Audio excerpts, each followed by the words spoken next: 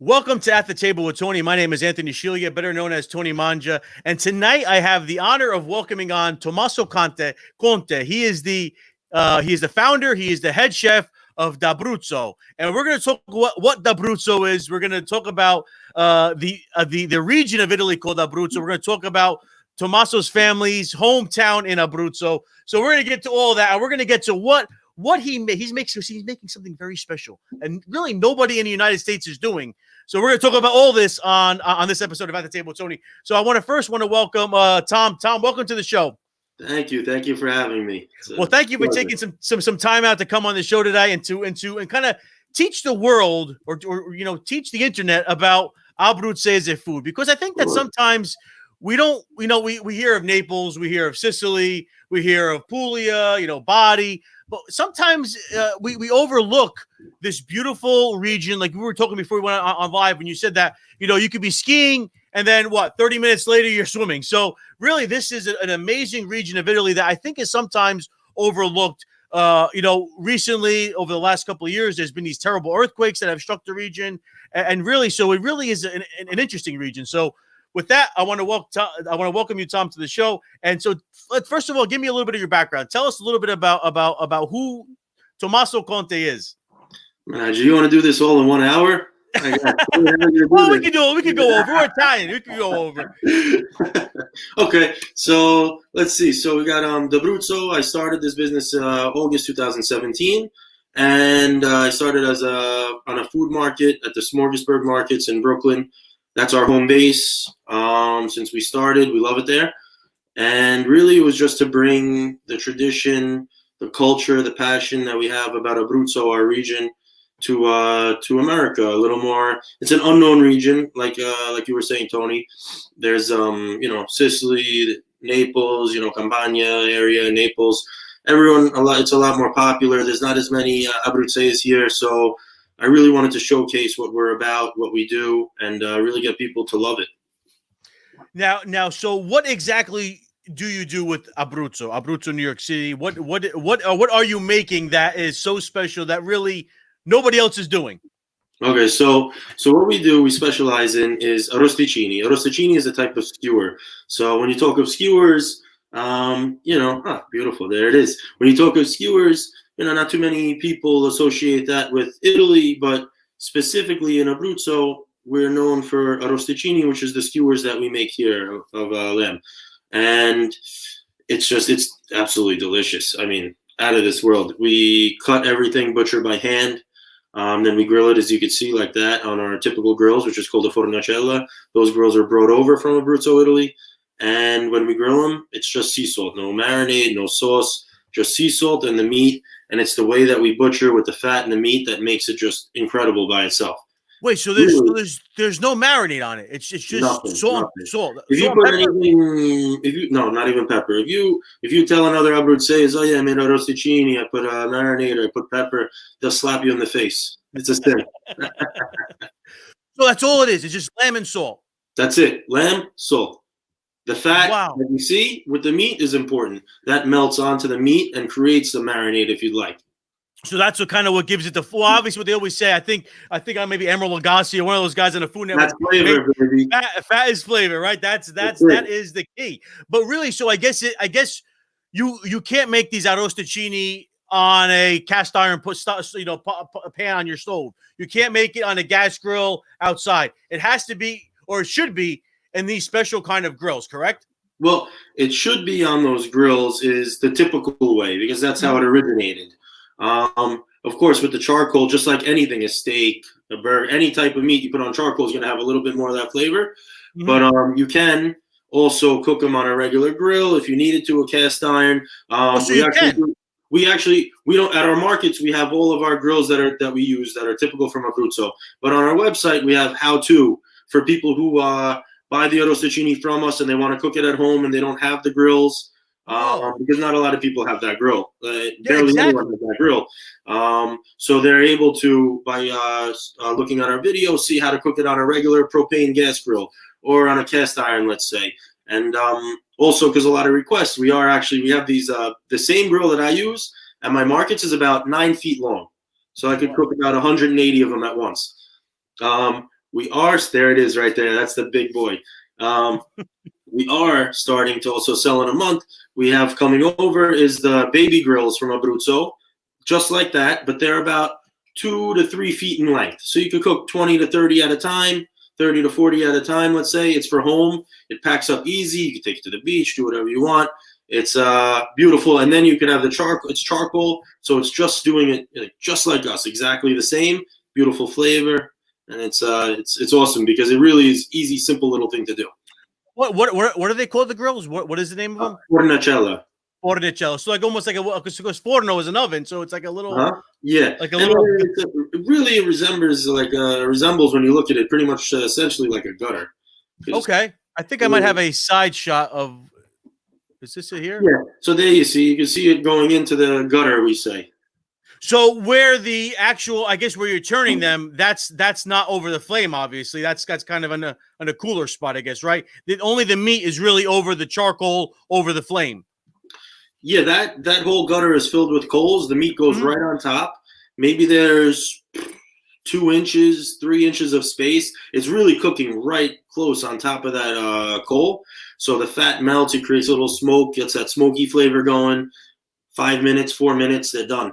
So what is the origin of these arrosticini? Was it the shepherds, kind of, herding the sheep in Abruzzo because it is such a mountainous area, and then hey, well, we got to eat something. We got some wood. We can start a fire. I mean, what is the origin? So essentially, just like all types of food in Italy, nothing, in every region, there's a lot of poverty and nothing went to waste.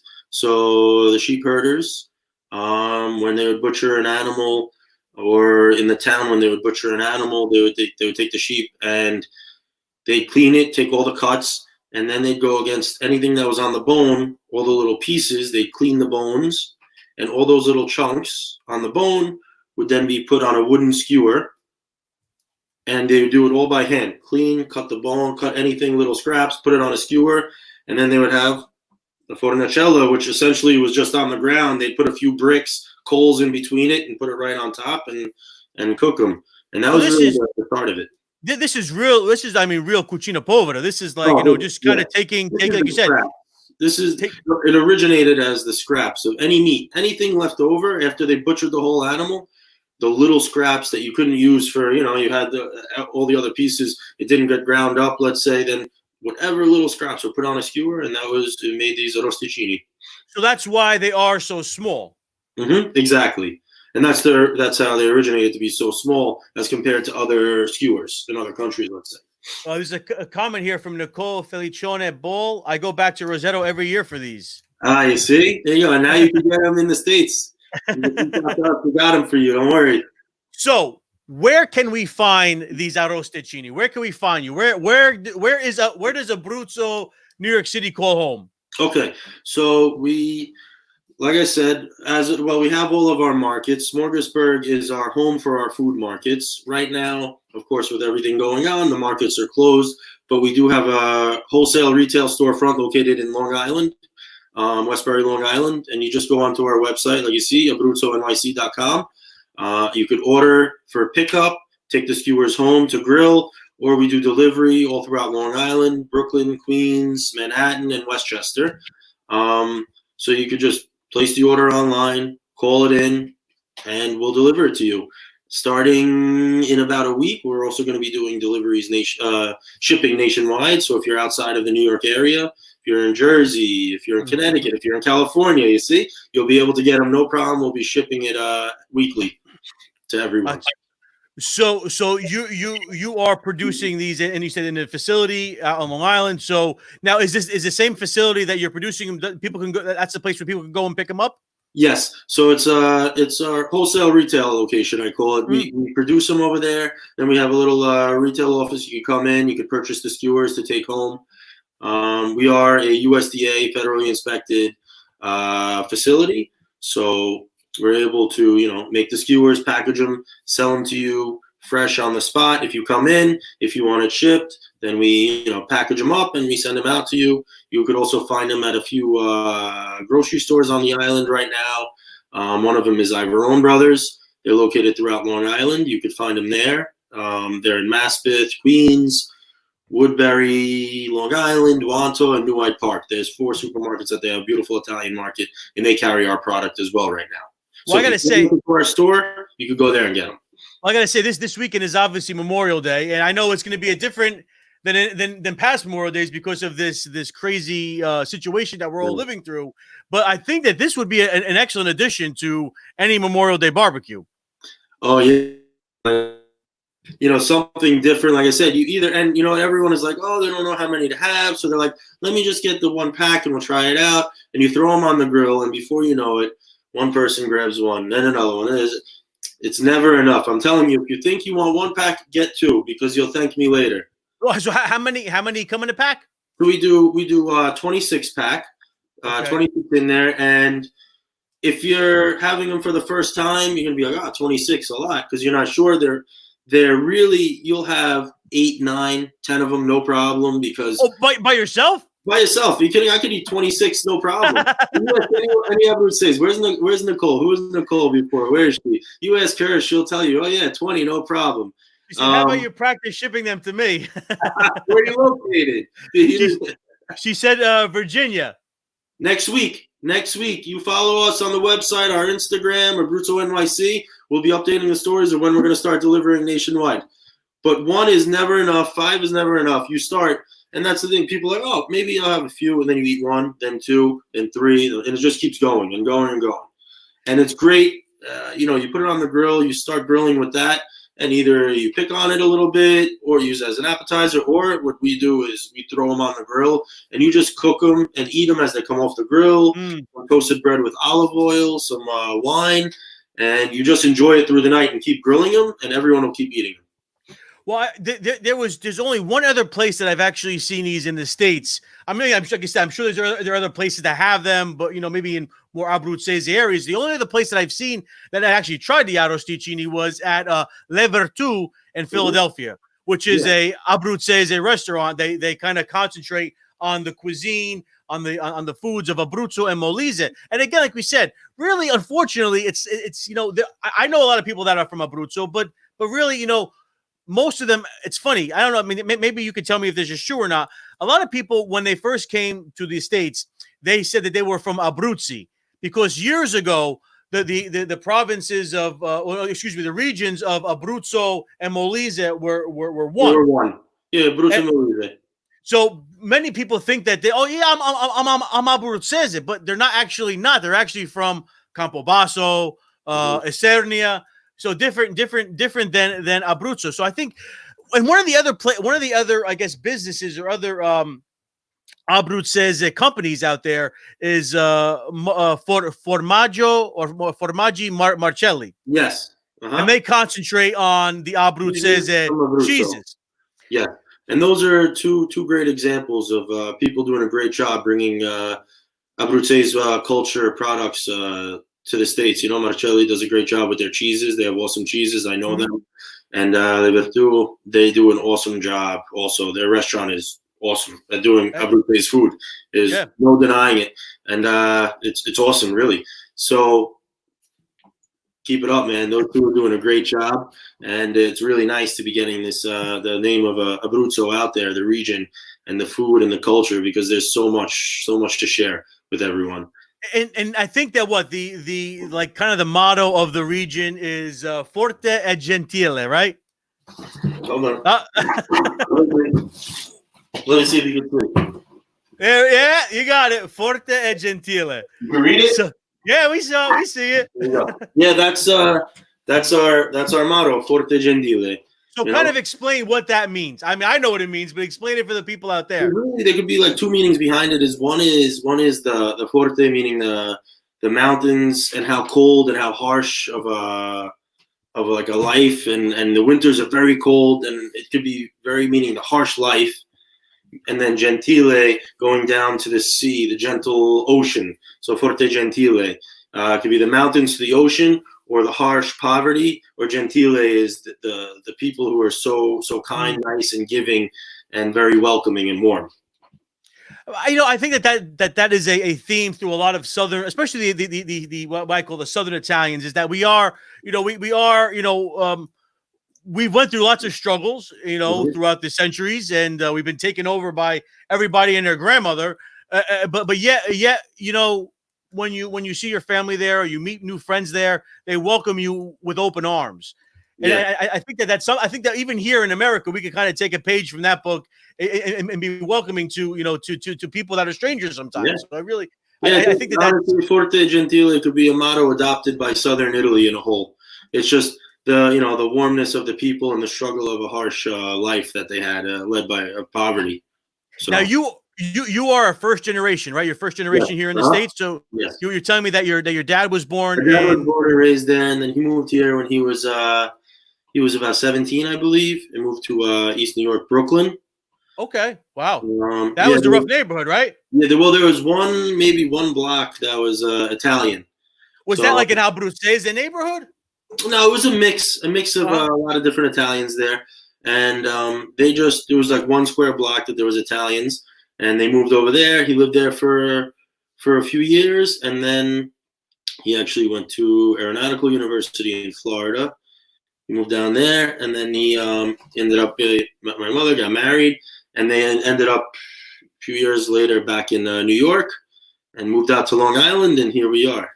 Now I'm gonna show this is it's kind of hard to see on this screen, but that little area, I guess it looks like it's outlined in red. That is the town of San Tommaso. So you were saying that is the town where your family originates in Abruzzo, right? Yeah.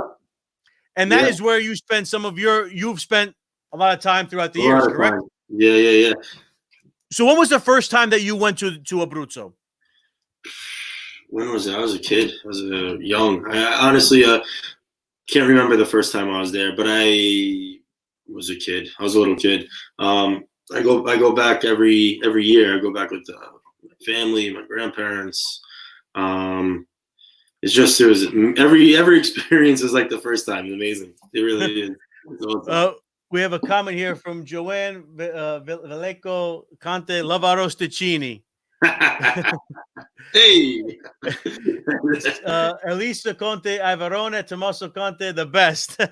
So you got some good. You getting some love here. Hey guys. we're getting some love. Nicole also says, I can't wait to order. I need a shirt for my papa. Ciao. You can go online. Online we have the shirts also. We have shirts, hats, everything at AbruzzoNYC.com. I'm going to put that on the screen right here. So there is AbruzzoNYC.com. But let's talk a little bit more about the foods of Abruzzo. So I know that there is this one particular dish that I also have mentioned because my guidepost for Abruzzese food has to be Levertu, because that's the place that I've been to a couple of times throughout the years, and they make this one dish or this one particular pasta. Now I'm going to totally say the name wrong. Mugnaio? Yeah, you got it. That's good. I got it. So that's a pretty awesome pasta. We don't make it in our area where we're from. Really, okay. We're more like when I grew up, my nonna, she would make la chitarra. La chitarra, she always make la chitarra. Which do I have it over here? No, I have la chitarra upstairs. It's not over here. And that was the typical dish that we always had of the homemade pasta that she would make. The mugnaia is something a little different. It's a thicker, long, one long, I guess you could say spaghetti, but thicker, a lot thicker. Like a spaghettone. Really cool dish. Actually, when we were there at the restaurant, they actually gave you a scissor to cut. Yes, and you cut it. Yeah, yeah. There's also that, and also we love spicy food. So usually at the restaurant, depending on the season, if you're there like summer to end of summer when peppers are in harvest, the pepper that they put on the table is a full spicy pepper with a scissor, and you cut it to put on the pasta. And then in the winter they have the olio santo, we call it, which is the spicy oil. Now what's that? So that's the peppers that you grow, you dry, and then you crush them in extra virgin olive oil, and we call it olio santo, holy oil, pretty much. And it's spicy extra virgin olive oil with pepper in it, and you put that on top of your food. Let me ask you this: so the arrosticini, when they come off the grill, you're not putting olio santo on it. You're just eating it the way it is, right? No, what you can do is just salt on the arrosticini. That's it. Okay. So wait. I accompany it with toasted bread. Okay. And If you like spicy, we put the olio santo on top, or regular olive oil, extra virgin olive oil, whichever you prefer. So then what's the proper? So are you just eating? So is it like a yakitori that you're eating it from the stick? So kind of explain like what would be the proper way? Okay, so it's Memorial Day weekend again. Like I said, people went out to Long Island. They picked up more than one pack of the arrosticini. When they get home, what are they going to do? How are they going to make the arrosticini? Kind of walk us through what we need to do to make a proper arrosticini. Simple. You're going to turn on that grill, get it hot, right? You're going to unpack them. You're going to throw them on the grill. Before you turn them, you salt them. You turn them, salt them again. Sea salt. I use Sicilian sea salt. For me, is the best. But any sea salt will do. Salt both sides. You give a nice heavy salt to it. It'll be really. You'll after you taste it, you'll understand why. And they finish grilling. And really, the way that we do it is, it's not like you take them all and you sit. You can take them all, go sit down at the table and eat. But it's a very social thing. As Italians are very social. As they come off the grill, you're handing them to this one, you're handing them to that one. You take 3 for yourself, and you take it and you put it on the side and you slide across. You bite and slide across. So you're not going you go across, slide. And you take the meat like that. But yeah, it's a very social thing. Like I said, you're taking them off the grill, you're putting more on, you're pouring a glass of wine, you're having a glass of wine, you're eating a skewer, you're passing it to another one, they're eating it. And as they come off, you're just eating them. That's the best way. That's the way that we do it. So now what I see behind you, I see it looks like when I see a grape press, it looks behind you. Yeah, this is my press. So now is this your, what did you say, your cantina? This is la cantina di Tommaso, my cantina over there. So you're obviously making your own wine. You're drinking. So what you're drinking there, is that yours? Yes, it is. It's a little bit of my homemade wine that I'm enjoying right now.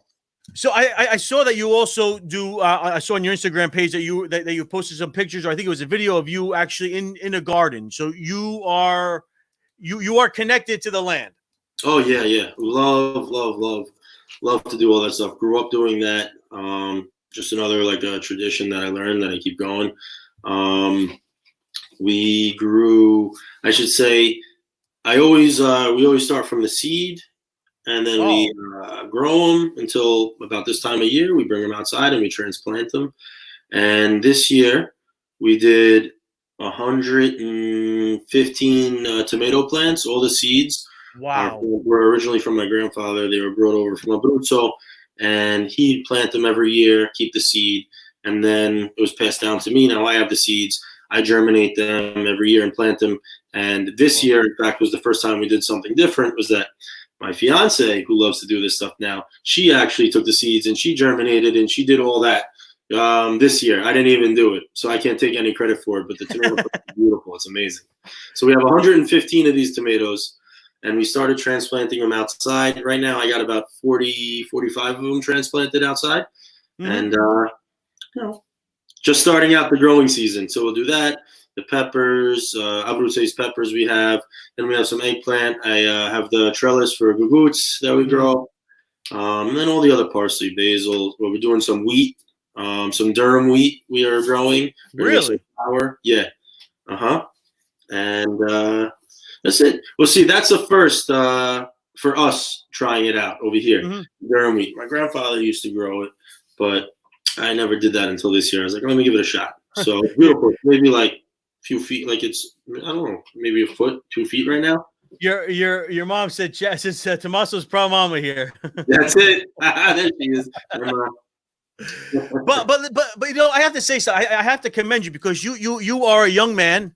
So you really take your culture seriously. You really are trying to continue the traditions that were passed down to grandfather to to son to you. Yeah. I mean, so. For that, I commend you because, let's be honest. Nowadays, many people, they'd much rather be on their phone. They'd much rather be kibitzing, doing other things. But you really seem to be taking this so seriously and to continue this tradition. And for that, I have to commend you because, like I said, not many people are really, germinating their own seed. I mean, you're lucky if they go to, Home Depot and they buy a plant and they plant it. So I mean, really, what you're doing is to be commended. This is great. Thank you. I appreciate that. It was just, Hey, Gennaro, how are you? Thank you. He said he is the real deal, pure passione. This was, I grew up like that. My nonno, my father, I learned everything from them. It's from growing things to if you need to fix something, teaching you how to do it yourself, growing all the seeds, germinating them, making sauce, making wine, just doing everything that that they did. I just love it. It was our tradition. I didn't know really, and that's the way I was brought up, Mm-hmm. and it just holds a close place in my heart, and I wouldn't change that for the world. And I always say, we talk about it with my fiance, is, the one thing is we want to be able to share this with our kids one day. Mm-hmm. Everything that I had, that my fiance loves to do too. I'm really lucky about that she loves to do all these things to share with our kids, and hopefully that if they take something away from it, at least to know where they came from, the history, the traditions, the hardships, the culture, the love, the passion, to take away something from that will make me happy. Absolutely. I mean, again, like you said, it is so important because you have to be able to, again, I always say that it's so important. I mean, I say it almost every time I do a show when we talk about kind of the whole culture and the history, is that you really have to know who came before you, what came before you in order to move forward. So you have to know about all the sacrifices that our ancestors made to give us the lives that we have today. I mean, I'm very big into like genealogical research. I'm constantly doing genealogical research on my family, and really just to think about, just try to, you hear stories about these people, and you want to continue that legacy. And again, what you're doing by obviously by doing the arrosticini, but also by doing the farming, by making your own wine, by so obviously you speak the language, correct? Yeah. So I mean, all of this stuff is so important, and it needs to be continued, or else, unfortunately, I know it's very sad in a way, because I know, like, my wife's family, for example, she's from Sicily, and a lot of times, they prefer the children to speak Italian as opposed to the well, it's not really a dialect. Sicilian is its own language. It's so important to speak the dialect. I mean, dialects they are literally dying. Yeah. So I mean, so I'm sure the Abruzzese dialect. I couldn't even imagine. Is it a tough one? Yeah, it's tough. I speak a mix of proper and dialect, and I mix it all up. But it's good because I learned proper in school, and then with my family, I'd learn dialect, and it's just it's funny. It's totally different. It's totally different. Danny Campo here says, "Nu bravo guaione." Thank you, Danny. Yes. And of course, my friend Peter Ferrero, he's busted my chops with Ancestry.com. I should be like the spokesperson. That's all I talk about is Ancestry.com. We have I have one family tree from my grandmother's side that goes back to the 1200s. What? Yeah, crazy. So I'm trying to get it from my father's side now, and it's both. So both of, I guess, all your family is from this one town, or do they start in other towns and kind of move around? From that town, and then surrounding little area towns too. Like even our town, San Damas, isn't really a town. You could say the town is called Caramanico Terme. Okay. And San Damas, it's a frazione of Caramanico. Okay, so I guess Caramanico is more of the. Yeah, that's where the comune is, and all the stores, and then we're maybe like 10 minutes outside of it, and that's the frazione of Caramanico. So yeah, so it's like a little neighborhood, say. Yeah. So what are some of the sites to see? So we talked about, it's the Abruzzese area is a very mountainous area, but yet also you have the sea. So what are you mentioned a couple of the big mountain ranges there. What was the Maiella? So, our town is located in the Maiella National Park, one of the largest national parks. Abruzzo is known for their wildlife. So they have some of the largest national parks in Europe. There's the Maiella National Park. There's a Gran Sasso. The Gran Sasso has the second highest mountain range in Italy. So in Abruzzo, you could go skiing. You could be up in the mountains and be skiing, and then 30-40 minute drive down the mountain, you're at the coast. Some of the most beautiful beaches in Italy. I think they did survey, it was like in the top 10, 2 or 3 beaches were in Abruzzo. And you have amazing food. It's just it's a step back in time over there still, because the Apennine Mountains run down like it's a backbone and sort of separates Abruzzo from the rest of Italy. So it's even though it's so close to Rome, from Rome you can be in Abruzzo in 2.5, 3 hours by car. But not many people go just because it's unheard of. There's the mountain range that always sort of closed it off, so it wasn't really a popular destination. But it maintained a lot of that old history, rich culture that is still goes on today. And one of the big cities of Abruzzo, which was really devastated. What was it, about 12 years ago now? Was L'Aquila, right? Yeah, I believe that was 2010. Maybe it happened, or 2009. There was a terrible earthquake. Yes, I know because I know that I used to do an Italian American radio show at my college, and I remember when Giovanotti and a bunch of the Italian singers they came out with this song all about kind of, I guess, to raise funds for the Abruzzo earthquake. I think the name of the song was Domani. Okay. I don't know if you remember that song. It was a while back. But again, I mean, really, you see these pictures of Brianna says Abruzzo is incredible. Beautiful. I mean, again, you see these pictures and you see a lot of it. You see, like you said, you see a lot of these mountainous areas. You see like the sheep and the goats kind of climbing up these mountains. So what was, I guess the question is, what did your family do? Were they shepherds back there? They were farmers. Mm-hmm. Farmers, a lot of they had the olive groves, vineyards, almond trees, and then all the vegetables and wheat. A lot of wheat on the land, different plots of land for different things. But they were 100% farmers. Now I don't know if this is gonna work. I'm going to try to share. Let me see if I can go back to this screen here.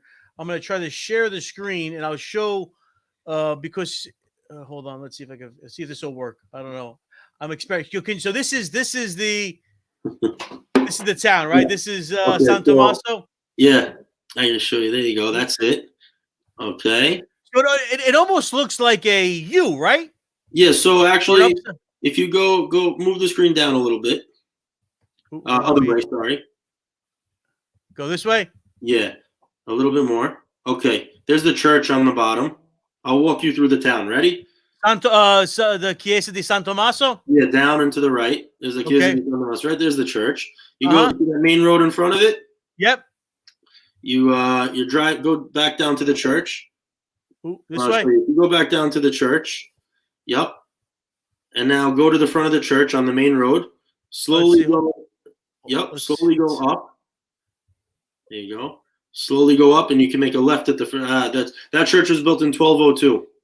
1202. Yeah, I have. It's a little emotional. We have my fiance and I were supposed to get married there this July, but because of everything going on, we had to cancel that. I'm sorry about that. But that's the beautiful church. 1202 it was built. I mean, but look. I mean, just like look at this at the architecture. To say 1202. I mean, you're talking about like the time of St. Francis of Assisi. Yeah. I mean, this is like unbelievable. Yet we're in America. We have churches that they want to knock them down after 20 years. Yep. I mean, this is unbelievable. I don't know. Stunning. I don't know if I can really zoom in. And if you look all the way down the middle of the aisle, there's a staircase underneath the altar that goes to a well. Really? It's a crypt. Huh. You see that little hole, sort of? Yeah, right here. On each side, and that goes down to underneath the altar to a crypt through the well. A crazy question: who is the patron of San? Is it San Tommaso? Yeah, Saint Thomas of Becket. Oh, so it isn't the apostle? No, Saint Thomas of Becket is the church of Saint Thomas. So now, so now you're going up a little bit. That first left you can make right here, I guess. Go down. Contra da Fonte Natale. You go down and you go around. You see how it sort of turns into the middle of the town? Corso Reale. Up a little more. You see to the left. Stop. That back one house. That house right below. This one. That one, and then the one next to it. That's my house. Really? My family's house, I should say. That is unbelievable. I don't know if it'll let me zoom. Let's see. Will it let me zoom in? We have that one and the one before. So we have. I guess I can't. Can I drop the car? Oh, yeah, actually, I can drop the guy. Let's see. Let's see if we can see it. So that one right there, that one that you're looking at, the corner, the corner one with the green gate. Yeah, that's your family's house. Yeah, that's my grandparents, my father. Everyone. That's the town oven. Man. That's the what? The town oven. Right here. This little building. That's an oven. Yeah. Oh man, this is unbelievable. And this is the house here. That's no. That's that was a school at one time. Wow. Now the school's somewhere else, and the house is to the right. If you're turning to the right more, to the right, next door. This right there, right door house. Holy cow! That's the house. And then if you go down the street a little more, you see that house right there on the right, the big one. This one right here. On the left side. Oh, this guy. That one right there.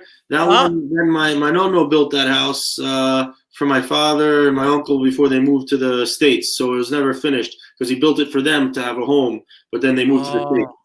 Now, I'm gonna stop sharing the page for a second. So let me ask you then. So, really, this are the people still living in the town? Yeah, there's and not too many now. There's still some young people, but a lot of young people move out when they go to college. They go to the city. It was never a big town anyway, as you could see. Yeah. Then maybe there's like all year like 300-400 people, and then around August everyone comes back. It goes up to like 800-900. But even in its heyday, when everyone was there, I think it was maybe like 2,000, 1,000, 1,500 people. It was always a small town. The way that started was Caramanico. And timeline I couldn't even tell you, but Caramanico was giving away land to farmers who wanted to move out and farm as like a co-op, let's say, to help out the town. So they would give land to move out there, and they would work the land, and then people started building houses there and created that little town. Oh, so it kind of sprung up from nothing in a way. It was just kind of just farmland that the municipality was giving to the people. That's unbelievable. Even before that, San Dimas, before that. And this is time, like, once again, who knows how long ago it was, or my father always tells me, is maybe not even a mile away was the town, another town, that's where I think it was originally starting to be built, and they were working it, and they had a little town over there, but then an earthquake happened, and the whole town was destructed, so then they started building the town of San Dimas where it is now. But, I mean, it's still going back. Yeah. I mean, you look at that church. The church you said for 1200. Exactly. I mean, come on. That's. I can't even figure out how long that was. 800 years ago. My gosh, long. That's what I said. A long time ago. Yeah, I mean, but so when you go to Abruzzo, when you go to your hometown, your family's hometown. Now, what do? You fly into Rome and then you drive out there? Yeah. So usually Rome, then we'll drive in. Last time I was there, we ended up flying to London and then hopped on a Ryanair flight to Pescara. So there's a little. There's an airport in Pescara, but I'll never do that again. Ryanair is crazy. I don't know if you ever flew Ryanair. I've never heard of it. Times. It's like a low cost European airline. My God, plane was like jumping like this. Like, forget it. Fly to Rome. It's easy enough. You go straight to Rome, rent a car, 2.5-3 hours. You're in Abruzzo. Easy. Now, what is it? Is it like due east? Yeah, east and a little south, but pretty much straight east. And you get the car, first stop, Autogrill, cafe, panino, and that's it. And then you're ready to go. You know, this is a crazy thing. When you think about rest stops here in the States, it's like, oh man, you're afraid to go into them. It's amazing. Yeah, you go to a rest stop in Italy. You're eating like over here. It would be like a 5-course meal. I mean, like a 5-star meal. Yeah, you eat a pasta, coffee. You have a panino. Even like it's funny because you go there and you're like pulled over and you see family out there. They got a bunch of panino, bottle of wine. Enjoy. Go back in for the coffee, then hop in the car and keep driving. I mean, why can't we, kind of take a page from the Italians' book?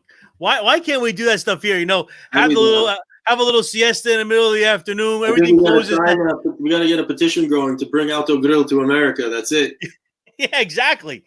Now, what do they do the arrosticini in like in the area of Abruzzo in the autogrills or no? In the Autogrill, no. But you could find them everywhere else in Abruzzo. Everywhere. I mean, from restaurants to everyone's backyard. They have the grills, they cook them, they eat them, to restaurants, to side, like almost food trucks, you could say. You could find it everywhere, anywhere and everywhere in Abruzzo. Now, there was something else that I saw you post on your Instagram page. I guess it was for Easter. Fiadone, maybe? Yes. The little ravioli looking. Yes. So what is that? That's a typical thing that we eat around Easter, and it's fresh cheese that we make. It's like a lot of Southern Italians, they make a basket cheese. Yes. Or that it's similar to that. Like you start with the basket cheese, and it's like I guess around Easter a lot of people have the like a pizza rustica, right? Mm-hmm. Well, it's our version, you could say, of it. We make the cheese. It's they make like the basket cheese type. Then we use some different cheeses, but we don't put meat in it. We do a little pecorino, parmigiano, some eggs, and we make the filling, and then we make a ravioli dough, and we bake it in the oven, and it's just like our pizza rustica, you could say, from Abruzzo. And it's a little different because it's a little lighter than like your pizza rustica is usually a little more dense and has meat in it. This is a lighter, fluffier sort of filling. So it's something that's baked then, right? So it's not. But then what do you put on top of it? Anything, or is it just?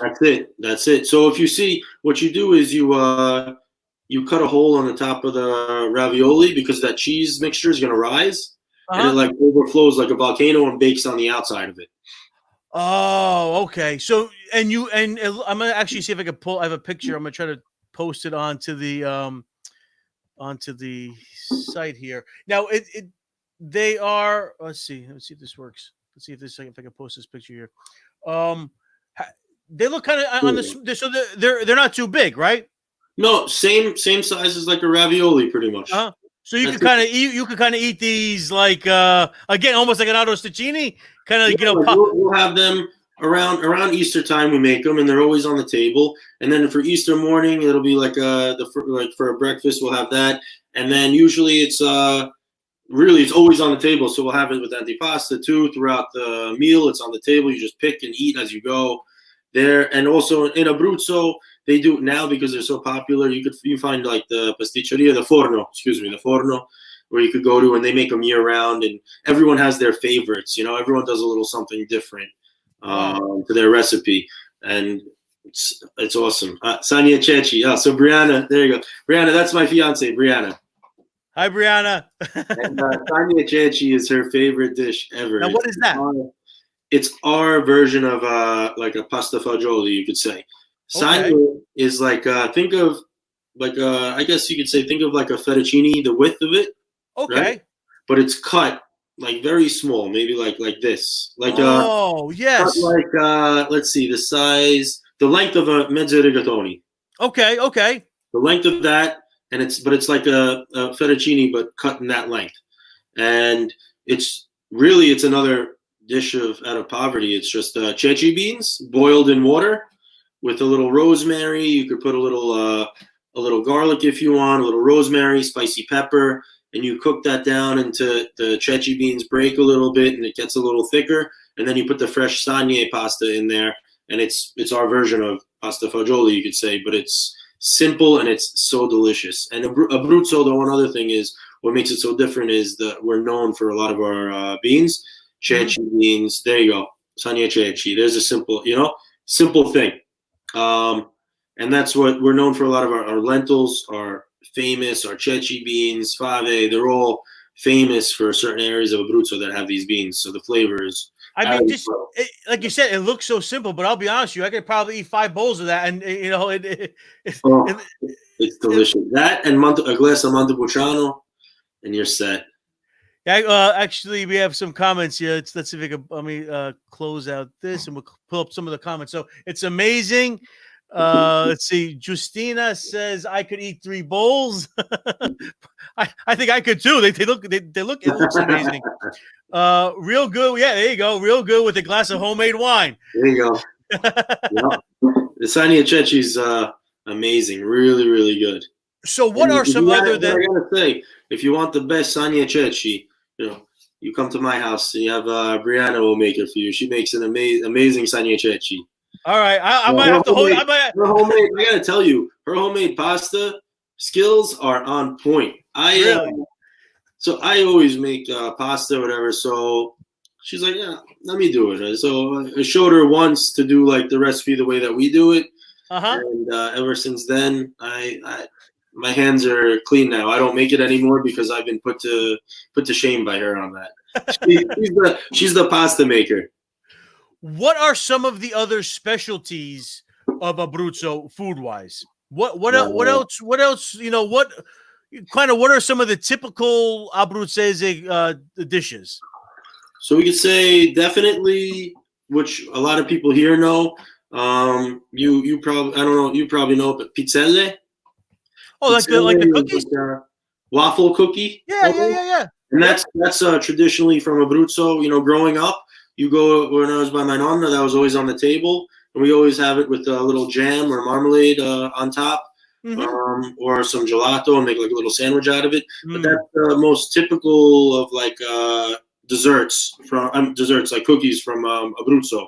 And I'll show you something. Hold on. Let me see.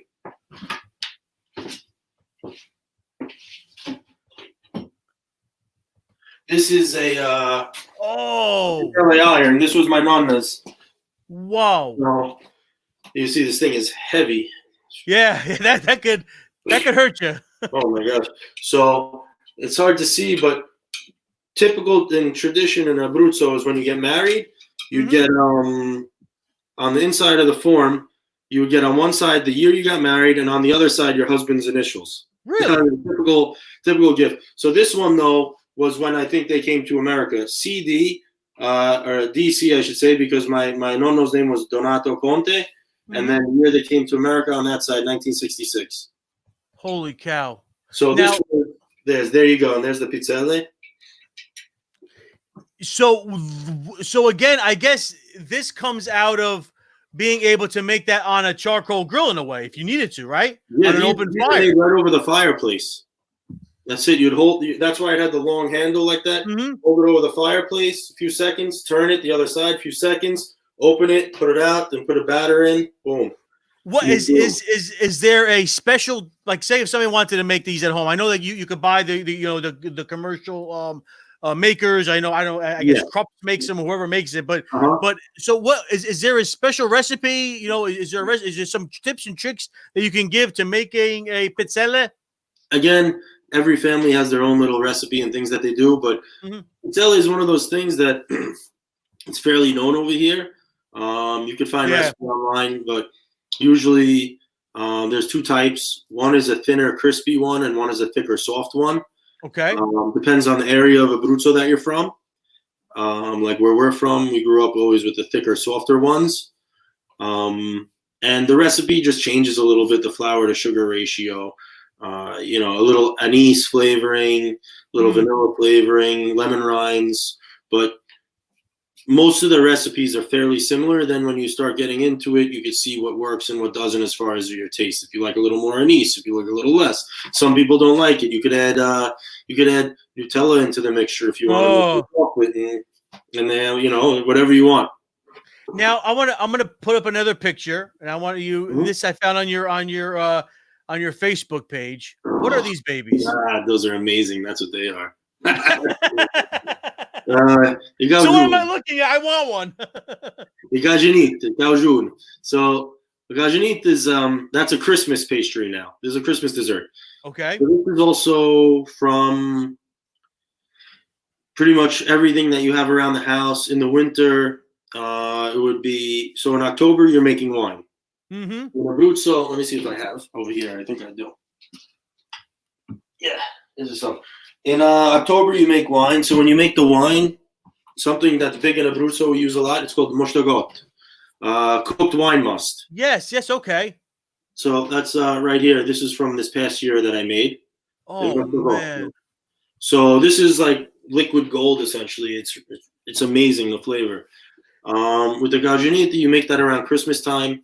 Again, it's a type of ravioli dough, but it's a little sweet. So there's a few different ingredients. The filling is typical depending on what town you're from. Some people add more spices, less spices, but almost always the filling is almost always chechi beans. Oh wait, so So, no, hold on. Is it a savory or is it, oh, is it it's a sweet? sweet. It's a sweet. That's what I Okay. love about it. The filling is almost Huh. all beans, but it's a Huh. sweet dessert. So you do it's because the mostagoto, the cooked wine must, is very sweet.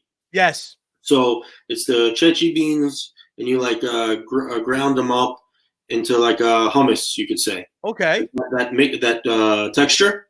Mm-hmm. That with the mostagoto, a little baking spices, a little bit of melted chocolate in there. You mix that all in, you put it in the filling, and then you deep fry those ravioli. And when they come out, you Oh, sugarcoat them.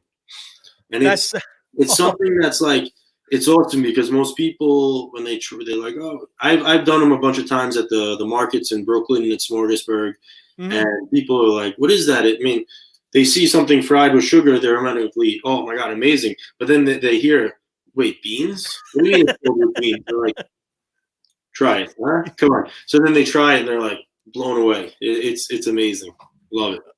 I remember Rosa Conte's pizzelles. Somebody wrote Oh here. yeah. Hi, Jos. That's my aunt down in Florida. Yes, she remembers my nonna's pizzelle. And we had La Presentosa. Oh, La Presentosa. That's a beautiful piece of jewelry from Abruzzo that's handmade. If you put it in, you could probably find a gorgeous picture of one, and it's given to your the person that you're with. So there's usually girls get them when they're younger, and it has one heart. Okay. And when you get one that has two hearts, that means that you are taken. So usually someone will get that when they get engaged or when you're serious or when you get married. They're presented with La Presentosa with two hearts. And it's a piece of jewelry on a necklace that's all made by hand. Really? It's absolutely stunning. It's a beautiful, beautiful piece of jewelry. You know, but these are beautiful. Actually, I'm going to pull a picture. I have a picture here I found. These are beautiful traditions. This There is it you here. go. Huh? That's it. I mean, really, these are traditions that other Italians from other areas of Italy should kind of adapt to a certain extent. I mean, just something like this. I mean, look at that. That's absolutely gorgeous. So it's beautiful because even like I love it. It's like my fiance wears hers, and it's one of those things that you talk to someone who's Italian, then if they're from Abruzzo, again, it's happened multiple times at the market. They see that and they're like, they look at her and they're like, they know that's it because you only have that if you're Abruzzese. There's no other region that makes that. I never heard of it. Yeah, so it's very typical from Abruzzo. It's amazing. It's really cool. Actually, my wife said, the must we call it like the mustard, like the like the great mutts. We call it mostazzoli in her area, and they actually I don't know if they bake it or they make it into almost like a jam, and they put some nuts on it. Oh yeah. I know what you're talking about. That's they do that for their St. Joseph's table, and I think my wife also she wrote something else. Let me see if I can find what she wrote. She wrote something earlier. I guess she's tuning in this evening. Oh, here we go. Anthony, you need to order. Okay. I definitely have to try these babies out. But so do you have is there any desire in the future to open up, say, a brick and mortar restaurant or a brick and mortar? I worked in the restaurant business for a long, long time.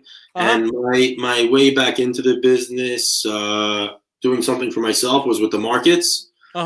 And I really just wanted. I don't think that a restaurant right now is in my cards because while I do love what I do, we're doing the wholesale, the retail, and that's a way to get it to restaurants to be able to bring out the name of Abruzzo or a food that maybe they otherwise would never have known. Yes. So that side of the business is where I'm focused on right now, and it's just. Down the line, I think maybe down the line, if I'm able to get in on a restaurant with someone, invest a little bit, but not be the sole owner, I would love to. But for right now, I love my markets. I have the wholesale retail that we just started, and I'm like so happy right now. I love what I do. I absolutely love it.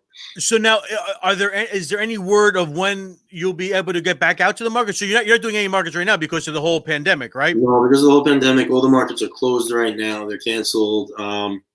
No word really. The season goes from about March to November, beginning of November. So we'll see how this plays out. I don't think that we're going to get back to it this season.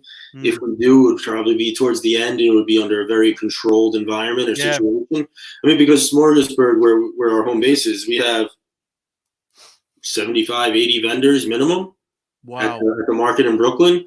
So I know that, you know, there'd have to be some sort of control over that. Yeah, with the whole social distancing. But, you know, for right now, we're filling our days with this, with the retail and the wholesale. I mean, our days are, we're there Monday through Friday. I'm making arrosticini every day. We start at 5 a.m. Yeah, it's early days because our hours of operation to produce are Monday through Friday, 5 a.m. to 1:30 p.m. So we're producing, and then after that, get down to it, start answering emails, calls, deliveries. Usually my day finishes up at about 6, 7 o'clock. And then you come on and do a podcast. So, but I wouldn't complain. I wouldn't complain about it. I love it. I wouldn't trade it for anything in the world. Now, so say if there's a restaurant out there, they're watching the show tonight, and they say, "Wow, this sounds something I want to put on my menu." They can get in touch with you, right?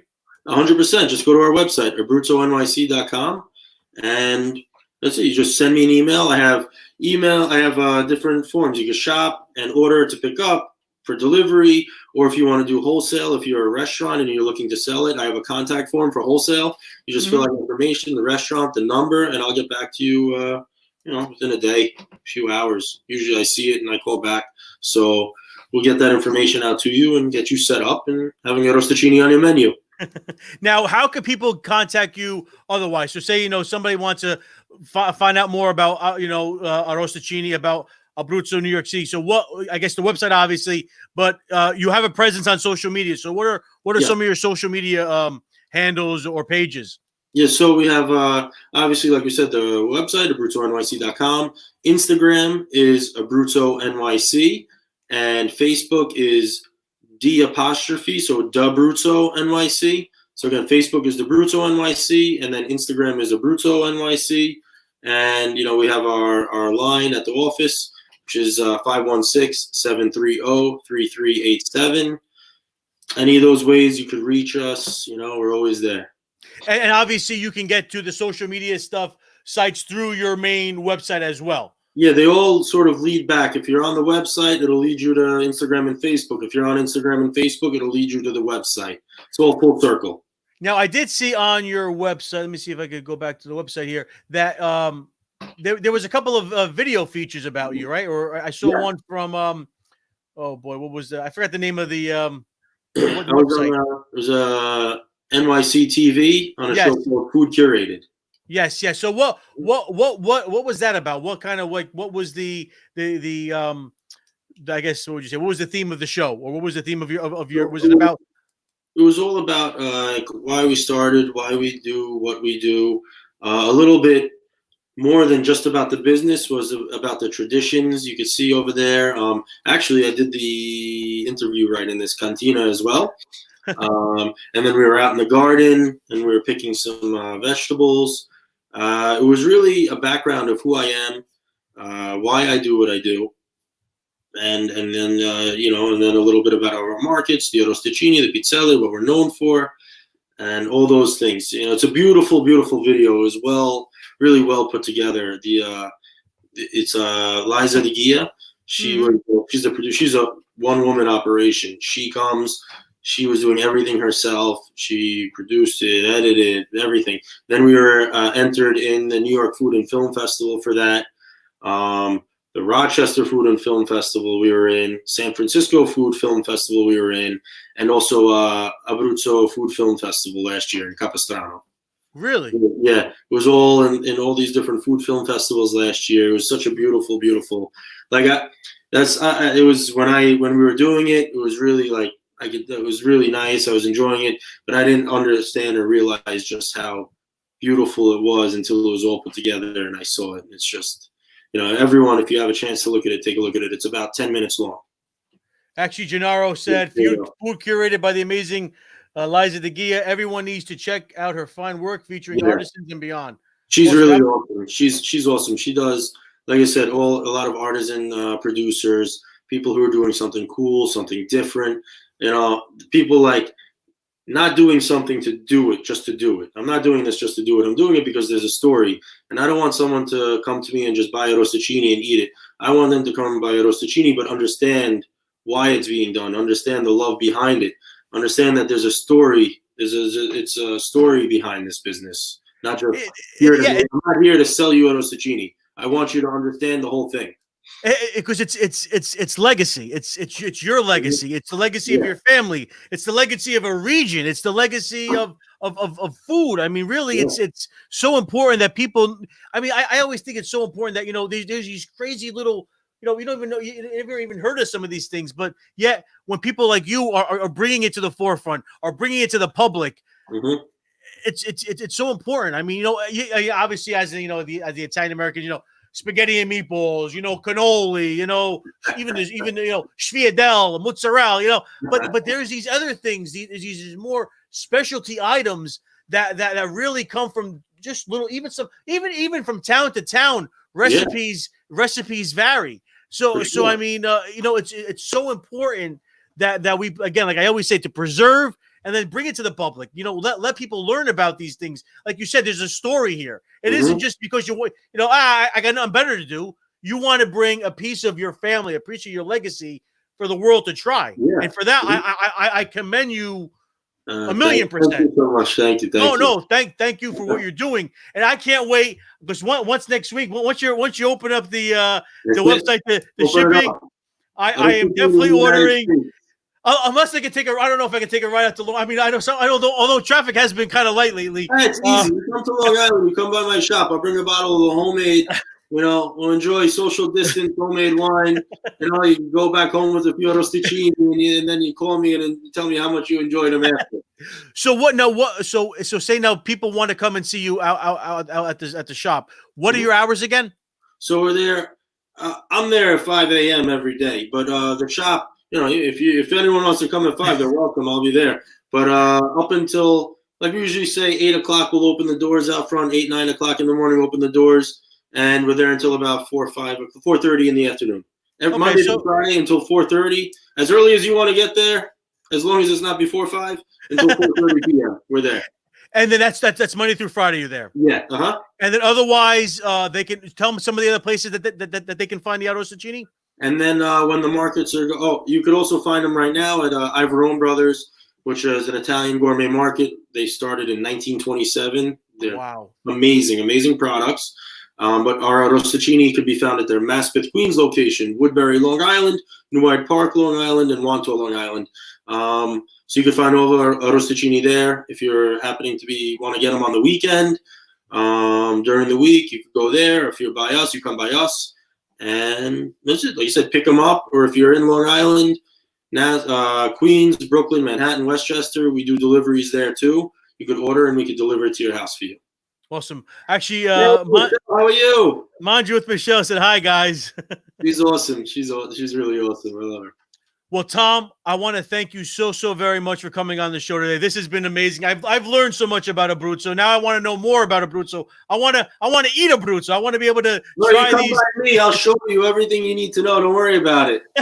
Definitely. And I don't know. I'm gonna see how my schedule is. I know this is a holiday week, so maybe I can sneak out there one day this week and get some arrosticini for Memorial Day. I'll see what happens. I'll keep you posted. We'll hook you up with a little merch. You're gonna be looking beautiful this Memorial Day weekend. But again, Tom, really seriously, I want to thank you so much. This has been a great show. This has been a great hour. I've enjoyed every minute of it. I've learned so much, like I said, and I hope to be able to do maybe another show in the future. Maybe do something out by you next time. And you come out by us, we could set up. We could do a little show. Cook some arrosticini, do another thing. It'd be beautiful. All right, my friend. Well, again, you can check out Tom. It's www.abruzzonyc.com. That's ABRUZZONYC.com. And again, Tom, thank you so much. Thank you for being a part of the show. My pleasure. Thank you. Well, again, I am Anthony Scillia, better known as Tony Mangia. We'll see you next time. Ciao for now. Ciao.